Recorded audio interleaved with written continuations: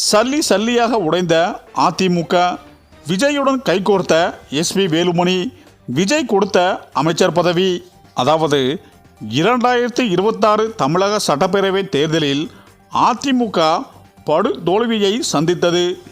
இந்த நிலையில் அதிமுக இரண்டாக உடைய சூழல் இருப்பதாக பேசப்பட்டு வந்த நிலையில் அதனை உறுதி செய்யும் நிகழ்வு ஒன்று சட்டசபையில் அரங்கேறி இருக்கிறது. அதாவது 17வது சட்டசபையில் முதல் கூட்டம் தொடங்கிய நிலையில் அதிமுக எம்எல்ஏக்கள் எடப்பாடி தலைமையிலும் சி.வி. சண்முகம் தலைமையிலும் தனித்தனியாக சட்டசபைக்கு வருகை தந்துள்ளனர். இதனால் அதிமுக உடைந்தது என உறுதி என்கின்றனர் அரசியல் பார்வையாளர்கள். மேலும் நடந்து முடிந்த தமிழக சட்டப்பேரவை தேர்தலில் நடிகர் விஜய் தலைமையிலான தமிழக வெற்றிக் கழகம் 108 இடங்களில் வெற்றி பெற்று தனிப்பெரும் கட்சியாக உருவெடுத்து திமுக 59 இடங்களிலும் அதிமுக வெறும் 47 இடங்களில் மட்டுமே வெற்றி பெற்றது. மேலும் பல தொகுதிகளில் அதிமுக 3வது இடத்துக்கு தள்ளப்பட்டதோடு டெபாசிட் கூட இழந்தது. கட்சி தொண்டர்களுக்கு கடும் அதிர்ச்சியை ஏற்படுத்தியுள்ளது. கடந்த சில ஆண்டுகளாகவே அதிமுக தொடர்ந்து தேர்தல் தோல்விகளை சந்தித்து வருகிறது. மேலும் நாடாளுமன்ற தேர்தல், உள்ளாட்சி தேர்தல், இடைத்தேர்தல்கள் என தொடர்ந்து 11 தொடர் தோல்விகளால் பின்னடைவை சந்தித்த வந்த நிலையில் தற்போது சட்டப்பேரவை தேர்தலிலும் கட்சி கடுமையான பாதிக்கப்பட்டுள்ளது. இதனால் கட்சியின் எதிர்காலம் குறித்து அதிமுக நிர்வாகிகள் மத்தியில் கவலை அதிகரித்து உள்ளது. குறிப்பாக தேர்தல் முடிவுக்கு பிறகு அதிமுக தொண்டர்கள் மத்தியில் எடப்பாடி மீது கடும் அதிருப்தி ஏற்பட்டுள்ளதாக தகவல்கள் தெரிவிக்கின்றன. குறிப்பாக எதிர்க்கட்சி தலைவர் அந்தஸ்து கூட கிடைக்காத நிலை ஏற்பட்டிருப்பது பலரையும் அதிர்ச்சியில் ஆழ்த்தியுள்ளது. இதற்கு பொறுப்பேற்று எடப்பாடி பழனிசாமி பொதுச்செயலாளர் பதவியில் இருந்து விலக வேண்டும் என கோரிக்கை தற்போது கட்சிக்குள் வலுப்பெற்று வருவதாகவும் கூறப்படுகிறது. மேலும் மறுபக்கம் தமிழக வெற்றிக் கழகத்திற்கு ஆதரவு அளித்து கட்சியில் பங்கேற்கலாம் என்ற யோசனையும் அதிமுகவுக்குள் முன்வைக்கப்பட்டதாக தகவல்கள் வெளியாகி உள்ளன. மேலும் சி.வி. சண்முகம், எஸ்.பி. வேலுமணி, விஜயபாஸ்கர் உள்ளிட்ட முக்கிய தலைவர்கள் இது தொடர்பாக ஆலோசனை நடத்தியதாகவும் கூறப்படுகிறது. 1/3 பங்கு ஆதரவு தனக்கு இருப்பதால் கட்சி தாவல் தடை சட்டத்தின் கீழ் நடவடிக்கை எடுக்க முடியாது என உறுதி செய்திருக்கும் சண்முகம் எஸ்.பி. வேலுமணியை அதிமுக சட்டசபை குழு தலைவராக முயற்சி மேற்கொண்டு வருவதாகவும் சொல்லப்படுகிறது. ஆனால் இவை அனைத்தும் யூகங்களாகவே இருந்தன. அதிகாரப்பூர்வமாக அதிமுகவோ அல்லது வேறு நிர்வாகிகளோ இது தொடர்பாக தெரிவிக்கவில்லை. இந்த நிலையில் அதிமுகவில் பிளவு இருப்பது உறுதி செய்யப்பட்டு இருக்கிறது. இன்று தமிழ்நாடு சட்டசபையில் முதல்வர் விஜய் முறைப்படி எம்எல்ஏவாக பொறுப்பேற்றுக் கொண்டார். மேலும் அதிமுக, திமுக சட்டமன்ற உறுப்பினர்களும் முறைப்படி பதவி ஏற்றுக்கொண்டனர். இந்த நிலையில்தான் சட்டசபைக்கு எடப்பாடி தலைமையில் கே.பி. முனுசாமி உள்ளிட்ட சிலர் வந்தனர். சிறிது நேரம் கழித்து சி.வி. சண்முகம் தலைமையில் 30க்கும் மேற்பட்ட எம்எல்ஏக்கள் வந்தனர்.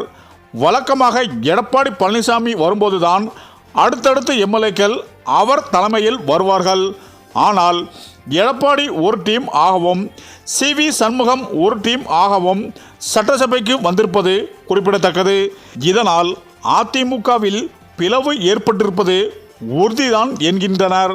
மேலும் இன்றைய கூட்டத்தொடரிலே சி.வி. சண்முகம் எடப்பாடிக்கு எதிராக பேசுவார் என்றும் எதிர்பார்க்கப்பட்டது. அதாவது அதிமுக தபாகவுக்கு ஆதரவு கொடுப்பதாகவும் அதனை விஜய் ஏற்றுக்கொண்டுள்ளதாகவும் தகவல்கள் வெளியாகியுள்ளது. தமிழக அரசியலில் திருப்பத்தையும் ஏற்படுத்தியுள்ளது. மேலும் தமிழக சட்டப்பேரவை தேர்தலில் நடிகர் விஜயின் தபாக 108 தொகுதிகளை கைப்பற்றி வரலாற்று சாதனை படைத்தது. ஆட்சியில் அமர 118 இடங்கள் தேவைப்பட்ட நிலையில் திமுக கூட்டணியில் இருந்து காங்கிரஸ், இந்திய கம்யூனிஸ்ட், மார்க் கம்யூனிஸ்ட், வி.சி.க. மற்றும் இந்திய யூனியன் முஸ்லீமிக் ஆகிய கட்சிகள் உதவியுடன் தபாக ஆட்சியில் அமர்ந்துள்ளது. அக்கட்சியின் தலைவர் விஜய் முதல்வராக பொறுப்பேற்றுக் கொண்டார். மேலும் இது ஒருபுறம் இருக்க, தமிழகத்தில் அசைக்க முடியாத சக்தியாக வலம் வந்த அதிமுகவின் நிலை மிகவும் பரிதாபமாக உள்ளது. அதிமுக வெறும் 46 இடங்களில் மட்டுமே வெற்றி பெற்றது. 100க்கும் மேற்பட்ட இடங்களில் 3வது இடம் சென்றது அதிமுக. அதிமுக பொதுச் செயலாளர் எடப்பாடி பழனிசாமி தலைமையில் அக்கட்சி சந்தித்த 11 தோல்விகளில் தோல்வியும் தழுவியது. இதனால் இபிஎஸ் மீது அதிமுகவின் மூத்த நிர்வாகிகள் கடும் அதிருப்தியில் அடைந்துள்ளனர். மேலும் தேர்தலுக்கு முன்பாகவே அதிமுக தவாகவுடன் கூட்டணி வைக்க வேண்டும் என மூத்த தலைவர்கள் பலரும் வலியுறுத்திய போதும் இபிஎஸ் ஏற்றுக்கொள்ளவில்லை என கூறப்படுகிறது.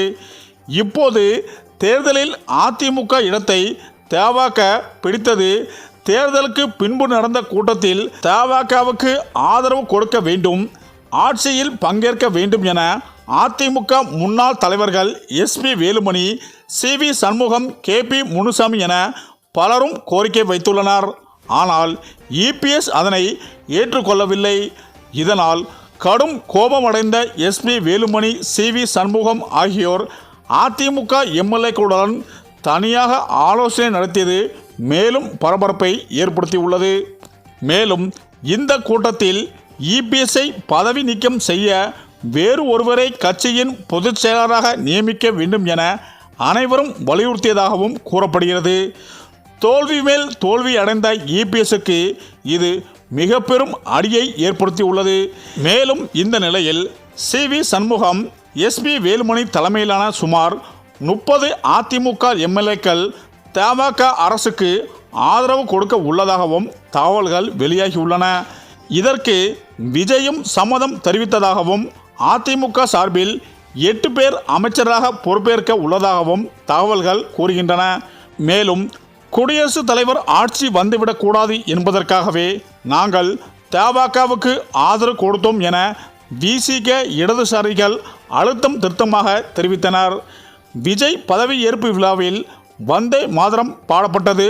அது மேலும் சர்ச்சையான நிலையில் இந்த கட்சி அனைத்தும் ஒன்றும் சேர்ந்து விஜய்க்கு கடும் கண்டனங்கள் தெரிவித்தன. மேலும் இந்த கட்சிகள் நீங்கள் என்டிஏ கூட்டணி கட்சிகளின் ஆதரவு கேட்கக்கூடாது என விஜய்க்கு கண்டிஷன் போட்டிருந்தனர். ஆனால் இப்போது அதிமுக தவாகவுக்கு ஆதரவு கொடுப்பதாகவும் அதனை விஜய் ஏற்றுக்கொண்டுள்ளதாகவும் மேலும் தகவல்கள் வெளியாகியிருப்பது இவருக்கு ஆதரவு கொடுத்த திமுக கூட்டணி கட்சிகளுக்கு அதிர்ச்சியை ஏற்படுத்தியுள்ளது. ஆக இந்த நிலையில்தான் எடப்பாடி தலைமையில் அதிமுக தொடர் தோல்விகளை சந்தித்து வருவதால் மன வருத்தத்தில் இருந்த எஸ்பி வேலுமணி, சிவி சண்முகம் தற்போது தவாக கட்சியில் இணைவதாகவும் சொல்லப்படுகிறது. அப்படி இணைந்தால் முதல்வர் விஜய் அவர்களுக்கு அமைச்சர் பதவி கொடுப்பதாகவும் தகவல்கள் வெளியாகி அரசியல் வட்டாரத்தில் பரபரப்பாக பேசி வருகின்றனர். சரி, இந்த வீடியோ பற்றிய உங்கள் கருத்துக்களை கமெண்ட்டில் சொல்லுங்கள். மேலும் வீடியோ பிடித்திருந்தால் லைக் பண்ணுங்கள், ஷேர் பண்ணுங்கள், மறக்காமல் நம்ம சேனலை சப்ஸ்கிரைப் பண்ணிக்கோங்க. நன்றி.